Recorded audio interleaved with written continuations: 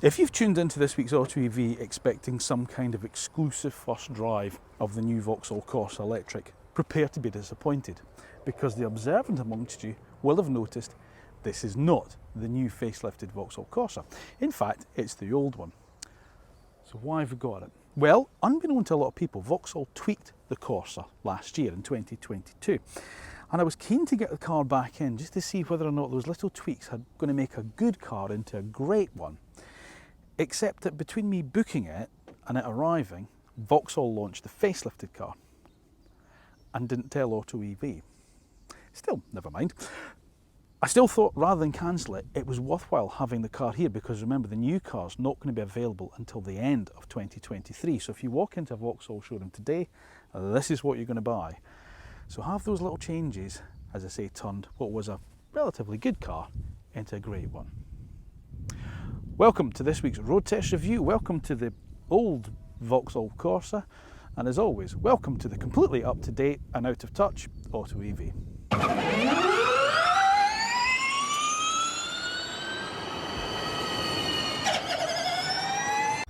Now, before we get on with this week's road test review of the old Vauxhall Corsa, it is of course that time when I'm going to ask you to make sure you're subscribed to the AutoEV channel. Now once you've done that, make sure you've pressed the little bell button down below because then that way you'll be notified when we next test a car that's completely out of date. If you do enjoy the video, make sure you give it a thumbs up and don't forget, leave us your comments down below. Let us know what your thoughts are on the cars that we review, such as the Vauxhall Corsa E and of course on the AutoEV channel as a whole.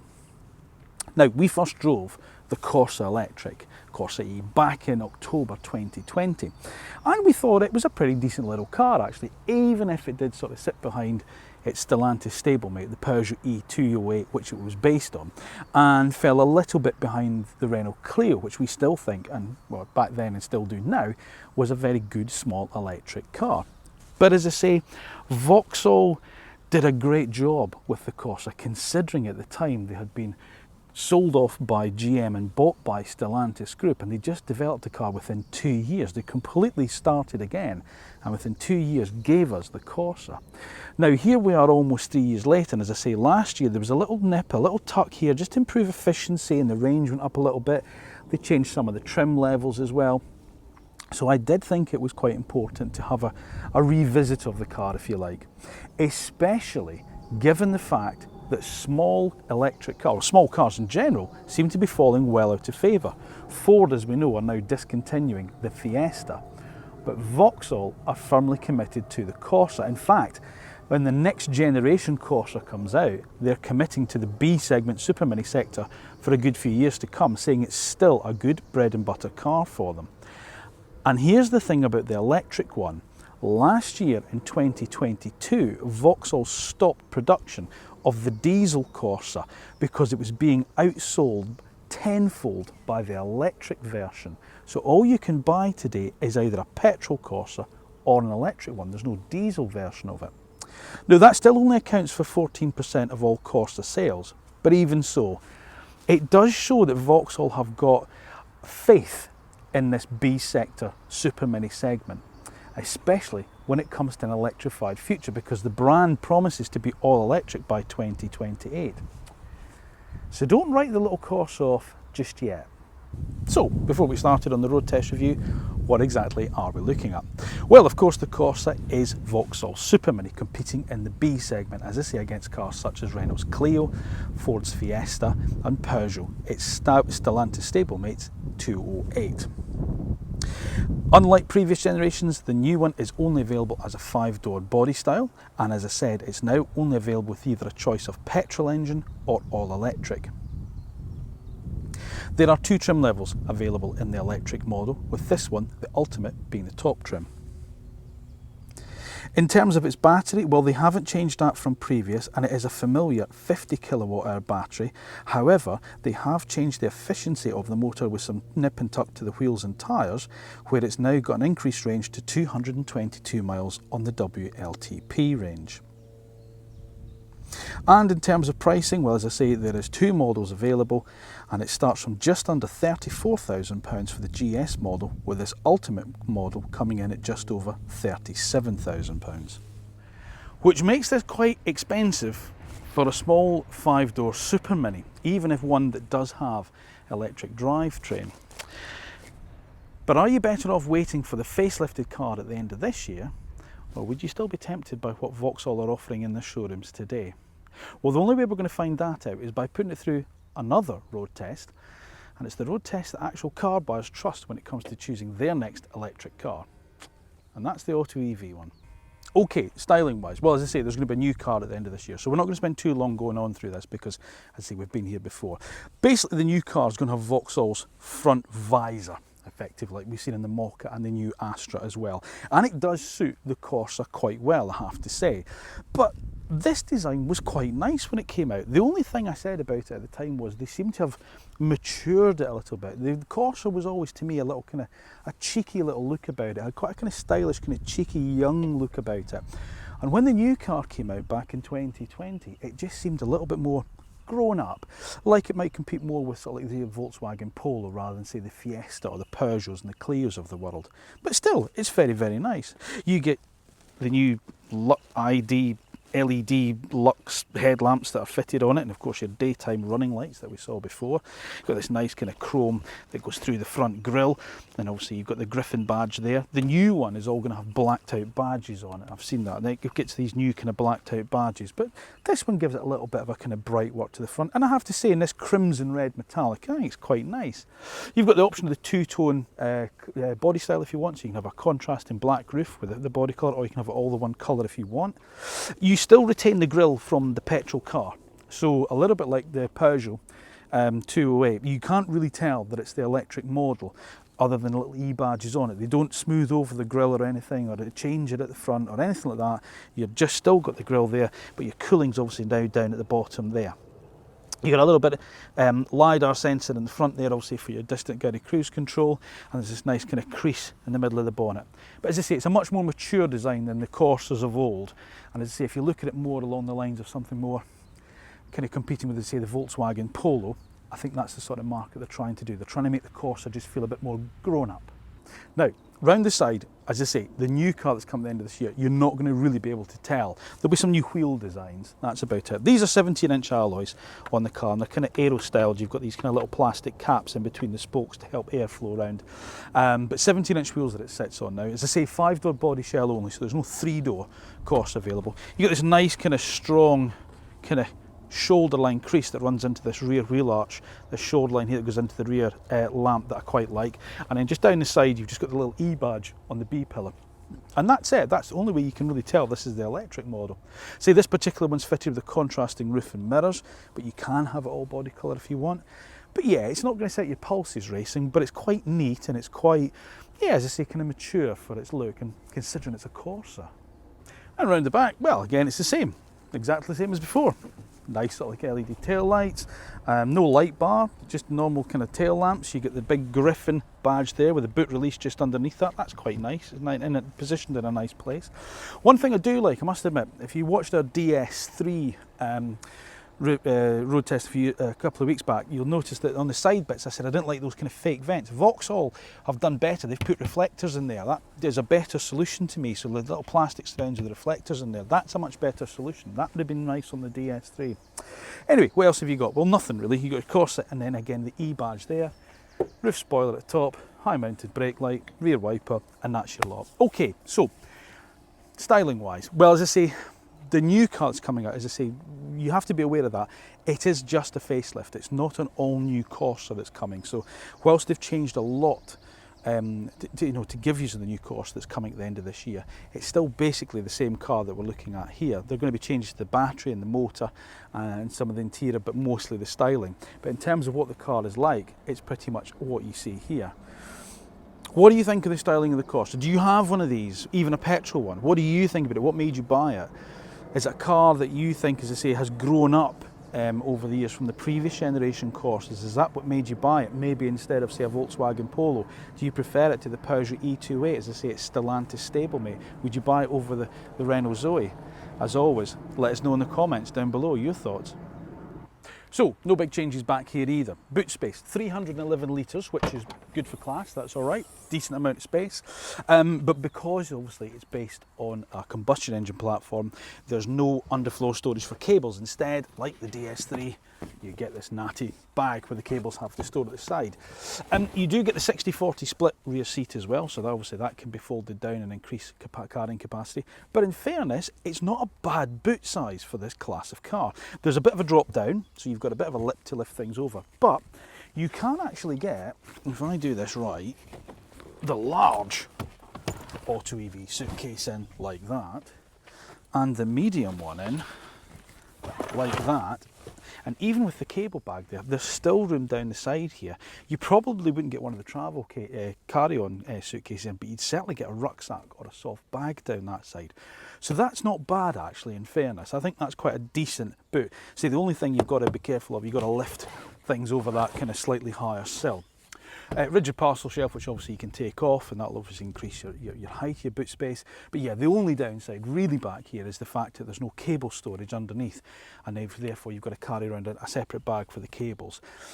Again, like the DS3 that we tested, there's no front boot either, because I say obviously that's where electric gubbins are. But on the whole, I don't think you're going to complain too much about the boot size in a Corsa like this. Rear space. Well, look, it's a super mini, B segment super mini. So let's be honest, it isn't going to offer class. It's not going to be for a family of 5. This is it. You know, let's be honest with you. The seat set up for myself at 5'7". Yeah, it's starting to get tight back here. That's my driving position.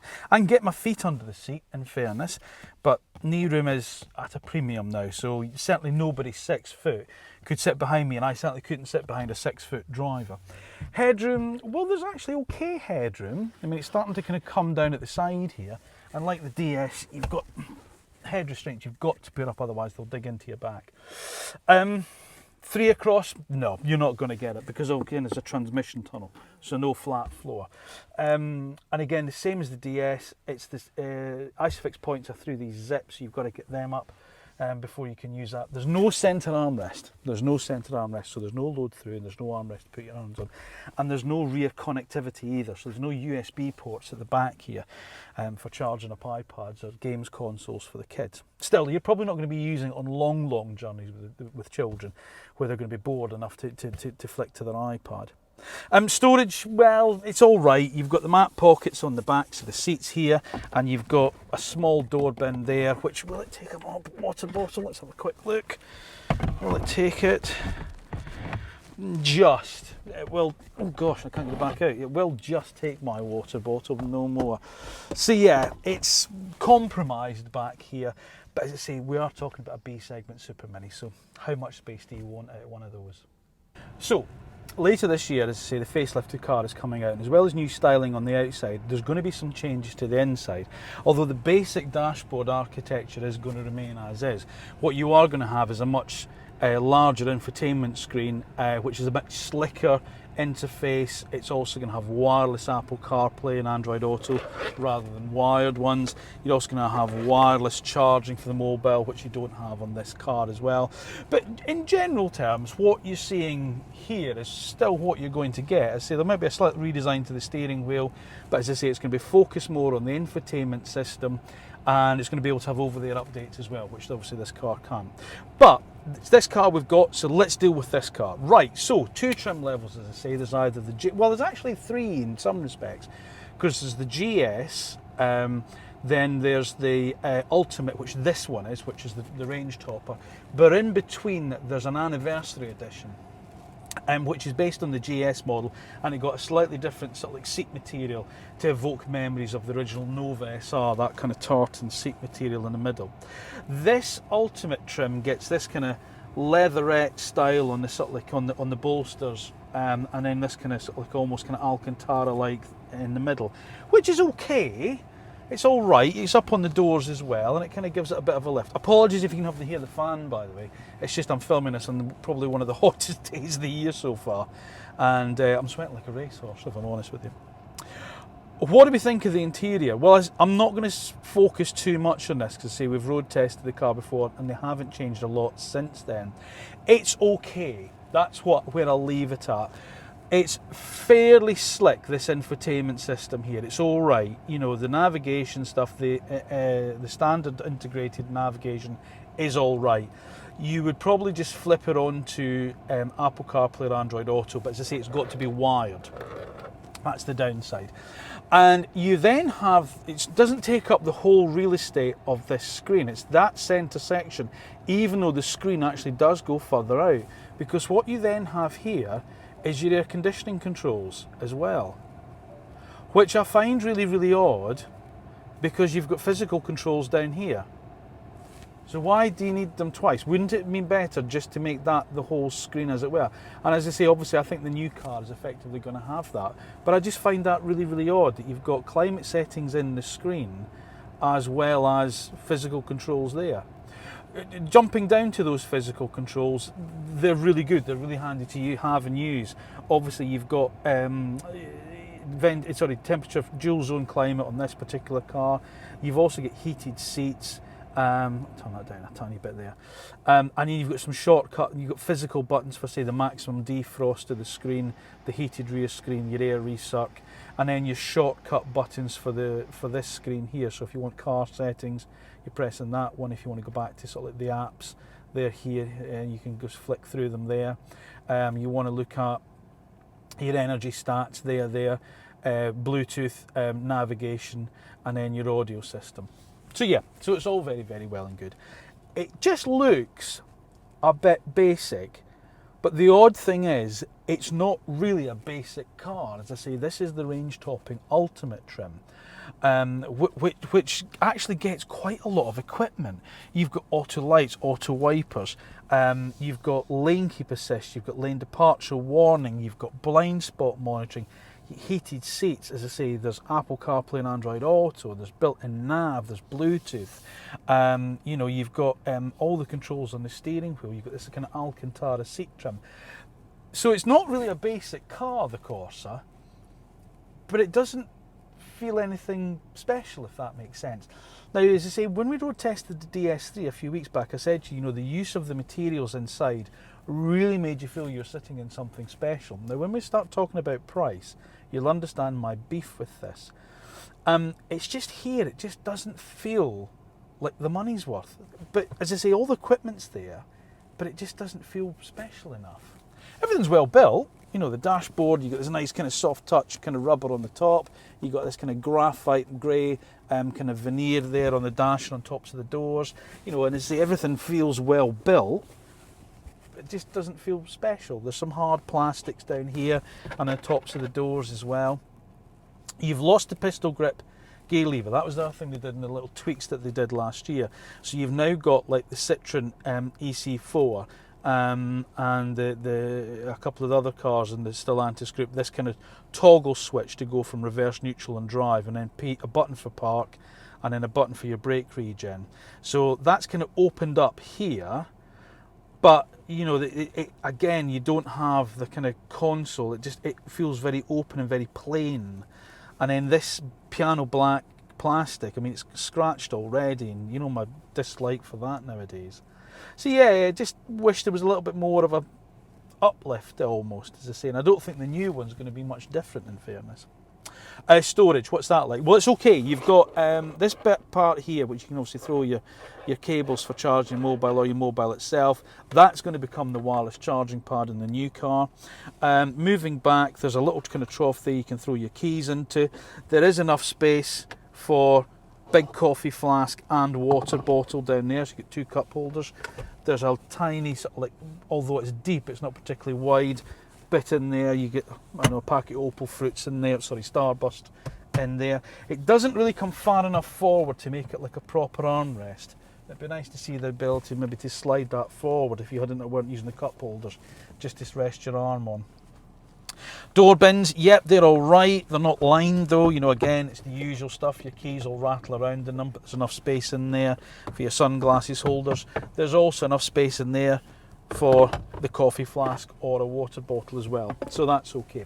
Glove box, yeah, there's a glove box, but it's not worth talking about because again, there's your airbag deactivation in there, and the glove box is tiny. There is Isofix on the front passenger seat, however. So that's quite a good thing with the normal kind of prongs. So if you did have a small child and you were in the car on your own, you know, if you're a baby, a seat, your rear-facing child seat, you've got ISOFIX on that, so that's good as well. The seats themselves, they're okay actually. They're all right. They're relatively comfortable. You know, they're not sports seats, nor are they meant to be. You know, they've got just enough kind of lateral support for your sides. There's a decent length in the squab. You've got manual adjustment on the seats, not electric, but then it does have a massage function. A bit odd. So you've got massage on the driver's side, and as I say, they are heated on the Ultimate trim as well. Steering wheel slightly flattened off at the bottom. Good physical controls. Heated steering wheel on this Ultimate one as well. I forgot to mention that. You've got that there. There's all your cruise control stuff there, and for changing your dashboard up there, you can change not much actually. You can't do an awful lot with that. And then over here is your media controls. Right in front of you, you've just got this very basic screen where you've got your speed, your gear, and then your state of charge, and then your distance to go. That's it. There's nothing else that can do. But again, we're talking the super minis, I get that. But at the price point, there's other cars at the same price that can do a lot more than the Corsa can. So that is a bit disappointing. It's very clear, but it's very basic. There's no head-up display either, but in an argument, see, maybe you don't need it with that being as clear as it is. The only gripe I've kind of got with the driving position is the column stocks. They're really high. They're mounted almost like at 10:1. I don't understand that. You know, they're not down here, they're way up here. So if you drive like that, you've got to kind of move your hands to actually physically turn the indicators on or the wipers on. It's a bit weird that. I don't know why that it's such an angle. Bit odd. Light switch down at the side there with illumination for the dashboard, and then obviously your usual kind of door controls. Right, look, I'm not going to go on too much about this. As I said to you, there's just the three trim levels. The design model, the trim level design, which is the basic petrol one, you don't get in the electric, which I think is a little bit of a shame because, as I say, this being the top of the range car doesn't really have that feel for me. And when we get to talk about price point, I would think if they'd done it in the lower trim level, you probably wouldn't be missing out on a huge amount in terms of what you've got in here and the way that it looks. So for me, it's a real disappointment that the interior doesn't feel more special. I get it's a Corsa, I get that they're not going for the kind of luxury thing like DS or whatever, but as I say, when we go on to the pricing section, you'll understand why I've got a bit of a beef with this. It works, it's fine, it does everything it says on the tin, but it doesn't feel that special for me. Now, despite them doing some tweaks to the Corsa last year, it still retains that 50 kilowatt hour battery that was in the original car, and that's its gross capacity, whereas the DS3's got the new battery which has a net capacity of about 51 kilowatt hours. The Corsa doesn't get that battery till the facelifted car at the end of this year. But still, as I say, they tweaked a few things last year, different wheels, different tyres, a little bit of difference in the efficiency of the motor. So the range went from the original 208 miles of the car we road tested back in 2020 up to 222 miles for this particular car. So in reality, even though it's kind of nice and mild and warm today with aircon running, stuff like that, it's probably, I don't know, 190 to 205 miles, somewhere in that kind of region. Way less than that, obviously, in colder weather. Anyway, charging. Well, the charging speed's 100 kilowatts. So if you're easy enough to find one of those these days, then you're going to go from your benchmark 10 to 80% in 30 minutes, which is pretty much what you expect nowadays. If it's a 50 kilowatt charger you stumble across, that time will go up to 45 minutes. And charging from your 7 kilowatt home wall box will take 7.5 hours to go from flat to full. Okay, so in terms of drivetrain, there's no difference to the Corsa from the one we tested back in 2020. It's still 136 brake horsepower motor. The new 155 brake horsepower motor will go into the facelifted car along with the bigger battery that's coming at the end of 2023. So there's no real surprise in terms of its performance. 0 to 60 is 8.1 seconds. It feels fairly quick, it feels sprightly enough. Again, for the size of car, the kind of super mini it is. Got to remember, you know, 136 horsepower in a small car used to be hot hatch territory. I appreciate they weigh a lot more these days, that's the downside. Anyway, as I say, 8.1 seconds, 0 to 60, sprightly enough. How does it drive? Well, as I say, it drives exactly the same, really. Sorry, we've got traffic lights here. It drives exactly the same, which is to say there's no surprises here. This is it. This is exactly what it is. It's the familiarity of a Corsa. And I understand why people like that. I get why people feel comfortable with the familiarity of a Corsa. It's an easy car to drive, it's an easy car to live with. The controls all have a nice kind of, light weight about them. This is very easy kind of steering. Everything's where you expect to find it. I find these column stocks a bit odd being so high up on the column, but other than that, that's it. Everything's within nice, easy reach. The navigation screen, the infotainment screen is, it's just a kind of finger stretch away. Climate control things are down there. It's all very well and good. There's just no real excitement with it. There's just no real kind of depth of like engineering that's gone in here to make you feel that you are driving. It's a Corsa, but it didn't drive well. It just feels like it needs a little bit more pizzazz about it, and I think that's the difference when you drive a Peugeot E208, which is same drivetrain, same electric drivetrain, but obviously has its own little kind of tweaks that you expect from a Peugeot. It just feels like the more kind of fun car of the two. The Zoe's not a particularly fun car to throw around, but again, it offers a lot of what the Corsa does, despite the age of it, for a lot less money as well. But let's discuss the Corsa. What's it like? All right, okay. Well, I've got a couple of little kind of bugbears about it. My first of which, quelle surprise, is the brakes. These Stellantis brakes, they are absolutely diabolical. They really are. There's a weird pedal feel to them. I've never driven a Stellantis car that doesn't have this. You put your foot on the brake, make sure there's nothing behind me, and it's like you're stamping on a damp sponge, and then all of a sudden there's a step, and it takes again. It's like, as I said in the DS3 video, it's like the regen stops and the friction brakes take over, and they've not managed to blend them together particularly well. There's a real step, and it just doesn't give you confidence when you're braking. You're just doing a light brake coming up to a junction, you think, oh, what's happening? And then all of a sudden you've got a bit hard, and all of a sudden it really stops. It's not good. They really need to sort that out. I find that very disconcerting. As I say, the steering's quite light. It does weight up at speed, but not to sort of like hot hatch levels.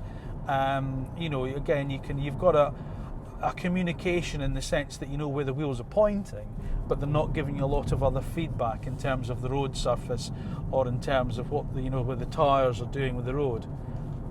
Argument might say if you just want a small 5-door supermini, you're not looking for that, you'd be looking at a hot hatch. I get that, but it doesn't mean to say you can't have it. And as I say, Peugeot tend to do it a little bit better, I think. Throttle response and your pedal controls, they're all right actually. You've got a reasonable kind of nice linearity between the weight of the throttle and, as I say, despite the feel of it, at least you've got to actually press the brake, so there is a little bit more of a sort of driver involvement in the braking of the car, which is quite nice. And the pedal heights are quite a nice kind of between the two of them, so it's not an uncomfortable pedal to change from the accelerator to the brake. Talking of comfort, driving position is really good actually. You do sit well in the Corsa. As I say, they're not sport seats, but they hold you well, and I think they do enough just for sort of for what you would use the car for. Even a longer journey when I've been on in the car, they feel comfortable enough. They don't think you get out with a backache. And as I say, on this Ultimate car, you've got seat massage. Don't know why, but you've got it there. You do have different... Oh, sorry, I meant to talk about the other bit of the brakes. You've got brake regen, which is the B button, which we've seen before on Stellantis cars. And you press the B button, and then... But it's not one pedal driving. It will slow the car up, but it's certainly not one pedal driving. Now, you could argue, like Porsche do with the Taycan, that they want the driver still to be involved with the driving of the car.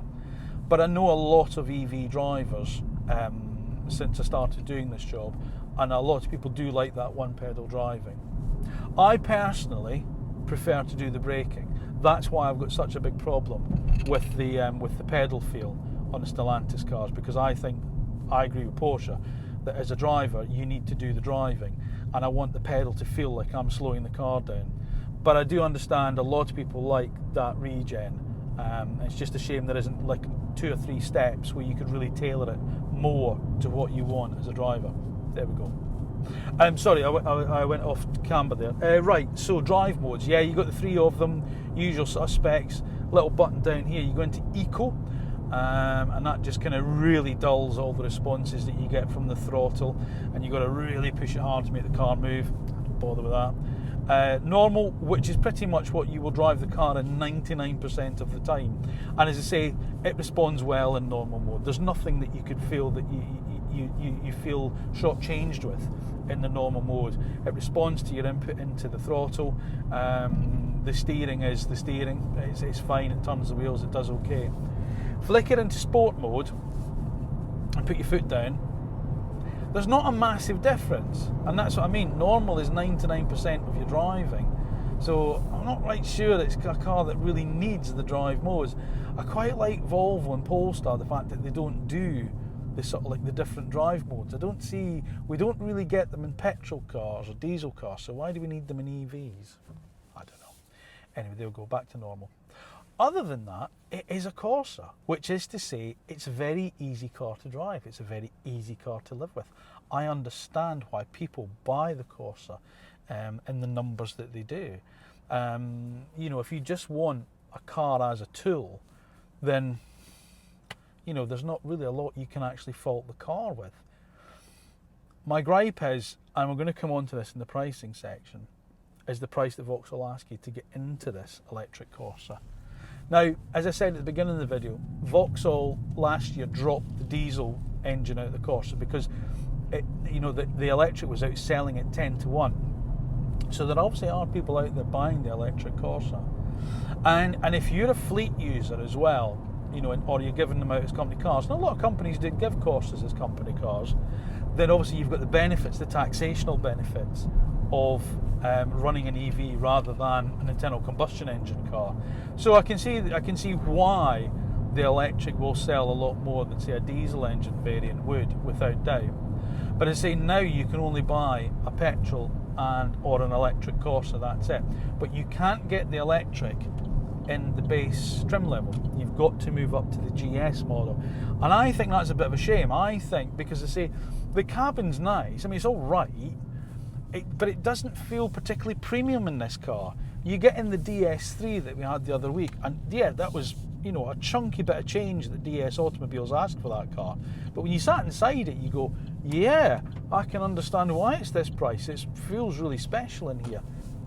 This doesn't. I think they'd be better off almost going the other way, not offering a range-topping Corsa in electric form, but doing a more basic one in electric form. Because, as I say, it's not going to shock you the way it drives.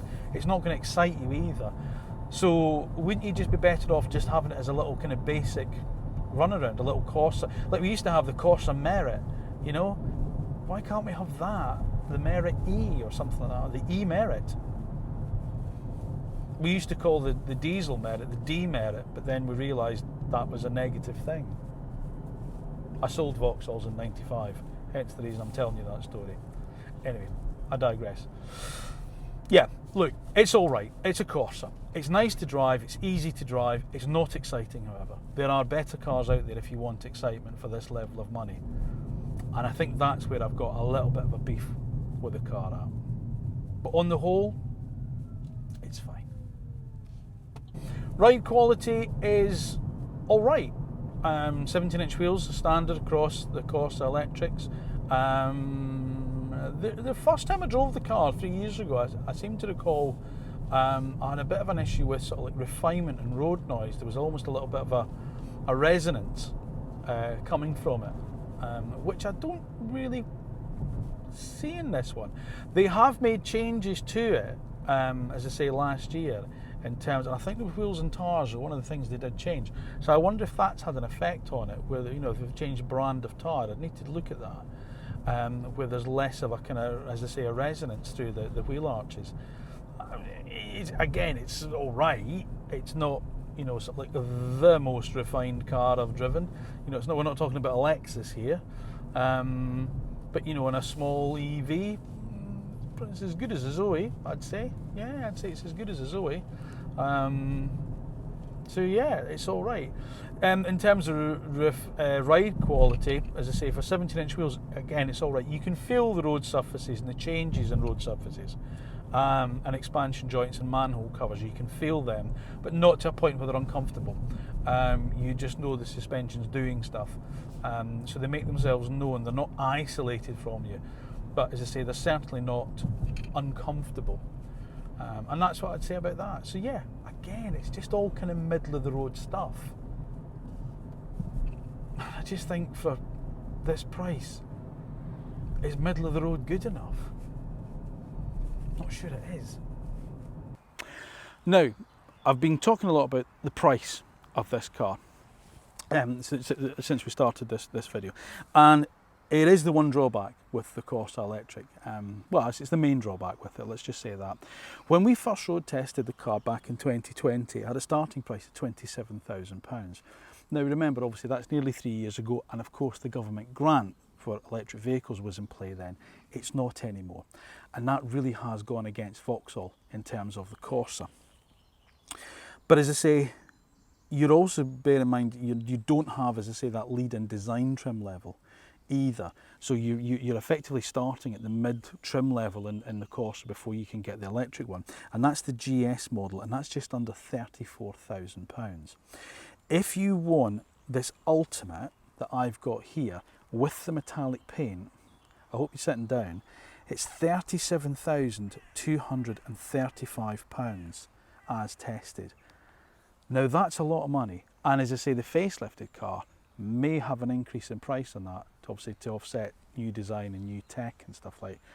So the Corsa's getting really, really expensive when it comes to electric. Now, let me just dwell on this a little bit for a minute, and let me give you my kind of feelings and thoughts on this.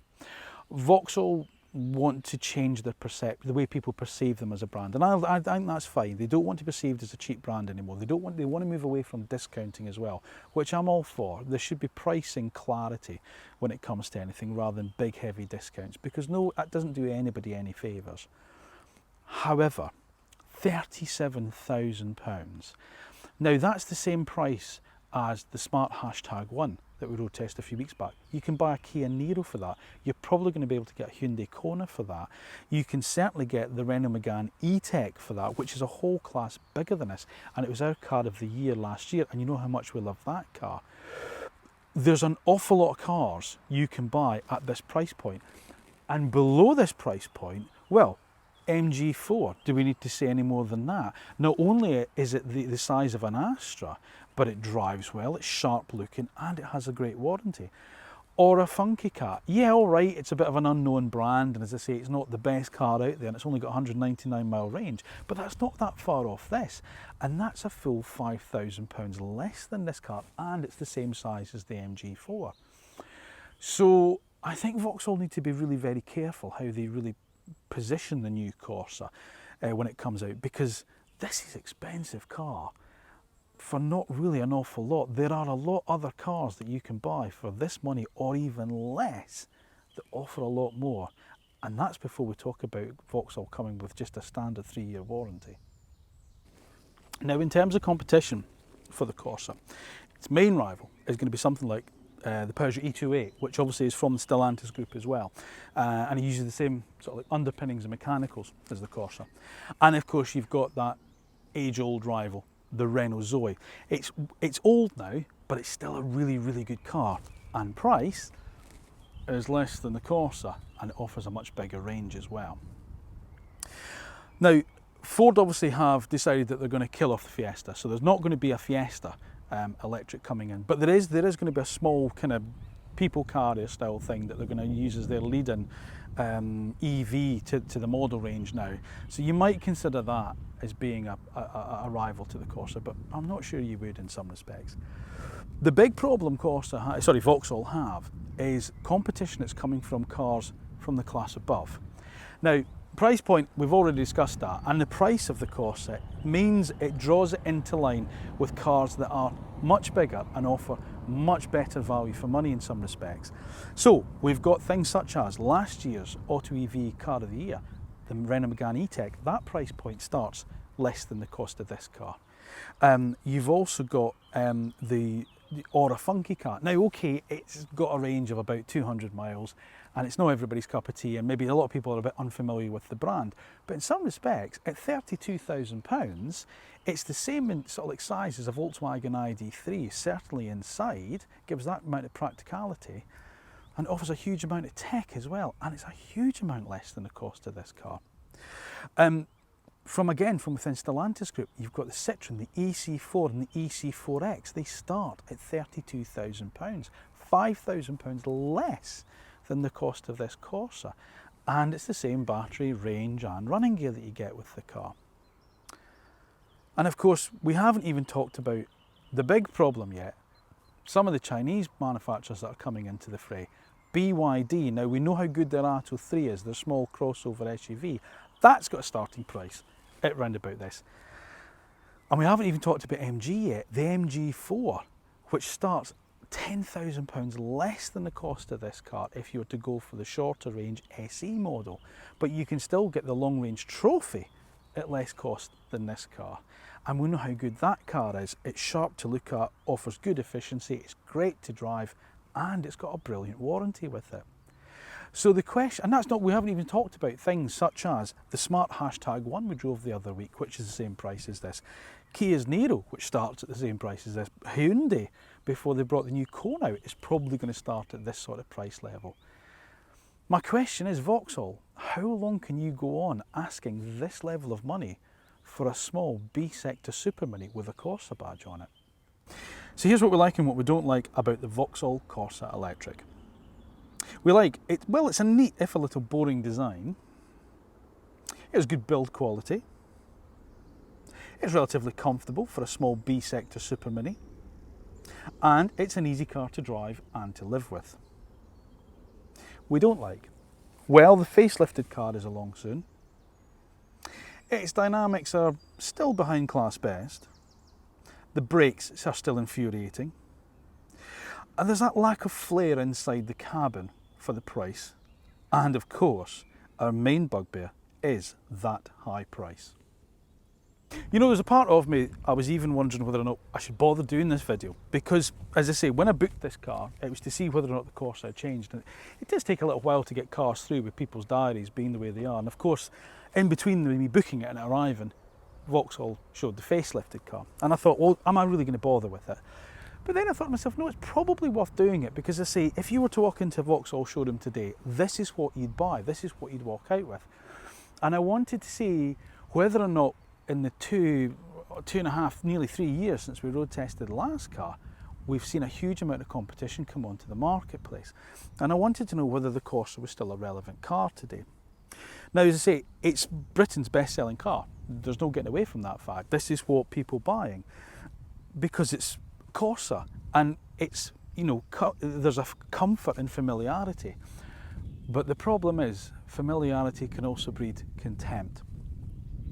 Now, as I say, there's a huge amount of competition has come onto the market since this new Corsa came around.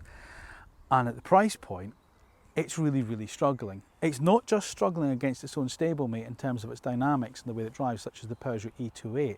It's struggling price-wise against things such as new cars, the MG4, you know, the Aura Funky Cat, you know, BYD, the Dolphin's coming soon, and that's going to be a great car at the price level. We are seeing more and more of these cars coming onto the market, and as I've always said, people seem less concerned with brands these days. What they want to know is it efficient, is it got a sustainability message behind it, and is it going to fit into my lifestyle? That's what younger buyers are looking at, and traditionally a Corsa has always been a younger person's car.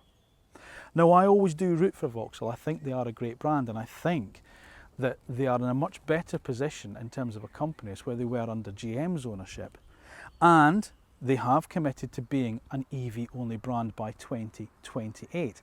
And on top of that, they've committed to this B-sctor super mini segment, cars that people are crying out for. My only thought is, I really do hope that the next generation from this offers something substantially more than what this one does, because at the moment, this just isn't good enough. Thank you for watching yet another episode of AutoEV. As always, please remember to make sure you are subscribed to the AutoEV channel. Once you've done that, press the little bell button that's down below, because then that way you'll be notified of when our next video goes live. If you've watched it and you've enjoyed it, make sure you do give it a thumbs up, and as I say, please leave us your comments down below. What do you think of the Corsa? Am I wrong? Do you have one of these? Have you got a lot to say about it? Do you want to tell us about it? Please do. Did you choose it over a Zoe or any of the other cars, or an MG4? What were your reasons for choosing it? Let us know, because we always do like hearing from actual owners. Now remember, we're also across all social media platforms as well, so Facebook, Twitter, LinkedIn, TikTok, Instagram, all the things there. So go and give us a follow there as well, because that helps us too. And if you are just desperate for more content from us, then just stick on our YouTube channel, because there is, well, 130 odd videos now, not just road test reviews, but twin tests, electric icons, used car reviews, van reviews, even motorbike reviews. All that remains for me to say is thank you once again for watching, and thank you for continuing to support AutoEV. I'll see you again soon.